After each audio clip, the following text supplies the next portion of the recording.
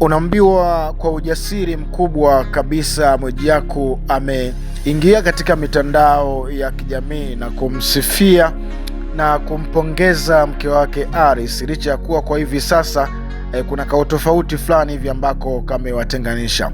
Mwijaku amesikika katika chombo cha habari akisema kwamba moja kati ya vitu ambavyo anavikubali kwa mke wake ni pamoja na kutokumfungulia moyo mwanaume mwingine, hasa katika kuanzisha mahusiano mapya. Mwijaku amesema kwamba mke wake amekuwa ni mwanamke ambaye amemsikiliza zaidi yeye na amempenda zaidi yeye Mwijaku. Mwijaku anasema kwamba kati ya vitu ambavyo anavikumbuka kwa mke wake kwamba mke wake alikuwa hana mtu mwingine ambaye kampatia moyo na kampenda kwa moyo wake wote, ila isipokuwa alikuwa kampenda zaidi mtaalamu huyu Mwijaku.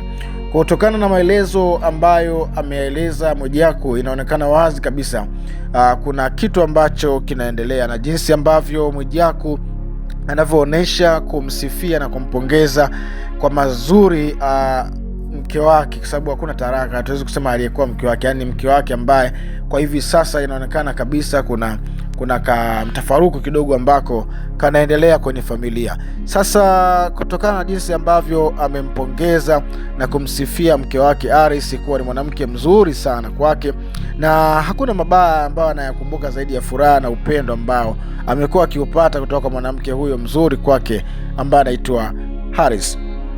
Kwa hiyo komenti zimekuwa ni nyingi katika mitandao ya kijamii zikihusisha kile ambacho amekisema mtaalamu Mwijaku, na kile ambacho amekisema mtaalamu Mwijaku sio siri, kila mtu ameweza kusikia kwa kuwa ameeleza kinagaubaga jinsi ambavyo anavyompenda zaidi mke wake, na amesema kwamba katika hii dunia mwanamke mzuri ambaye alimuona katika maisha yake na akampenda kwa moyo wake wote ni mwanamke huyu Aris.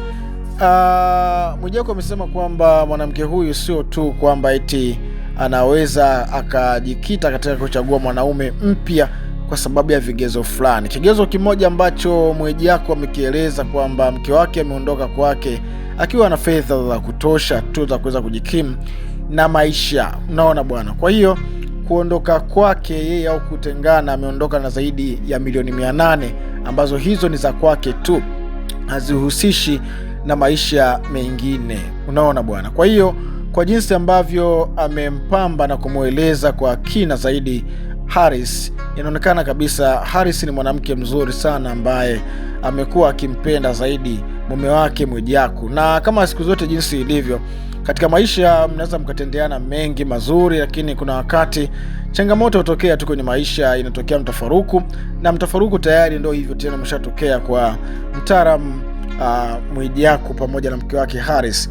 Kikubwa tu cha kumwombea Mwijaku ni Mwenyezi Mungu awaongoze katika kila la heri, kwa sababu kila kitu kina sababu na mpango wa Mungu anaujua yeye mwenyewe. Lakini hiki ambacho kimeelezwa na Mwijaku ndicho hicho ambacho kimekuwa gumzo zaidi katika mitandao ya kijamii. Mwijaku anaonekana kueleza kwa kujigamba na kuwa anaamini kile ambacho amekisema, kwamba hakuna mwanamke ambaye anaweza hakuna mwanaume ambaye anaweza akamshawishi mke wake Aris, labda ipite miaka 3, lakini kwa sasa hivi ni kazi sana, kwa sababu amesema kwamba mwanamke wake ni mwanamke ambaye anachagua. Unaona bwana, kati ya wanaume ambao kawachagua katika maisha yake, alimchagua Mwijaku ndo akawa mwisho katika safari ya maisha yake. Hivi kwa hivi sasa hakuna chochote kile ambacho anaweza kukichagua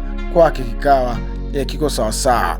Japokuwa alichallenjiwa na mtangazaji kwa maswali, bwana asimalize maneno Mwijaku kwa sababu duniani ndo hivyo, bado asimalize maneno wa China baadaye, lakini amekuwa na msimamo wake ule kwamba kile ambacho amekiongea amekipima katika mzani wake wa halmashauri yake ya akili na ameweza kukiwasilisha. Sasa wewe uliosikiliza hii una maoni gani juu ya hiko ambacho amekisema mtaalamu Mwijaku? Toa maoni yako hapo chini ya video hii. Wakati huu mimi nikutakia wakati mwema, lakini usisahau kusubscribe kama bado haujasubscribe, subscribe. Bye bye hadi wakati mwingine.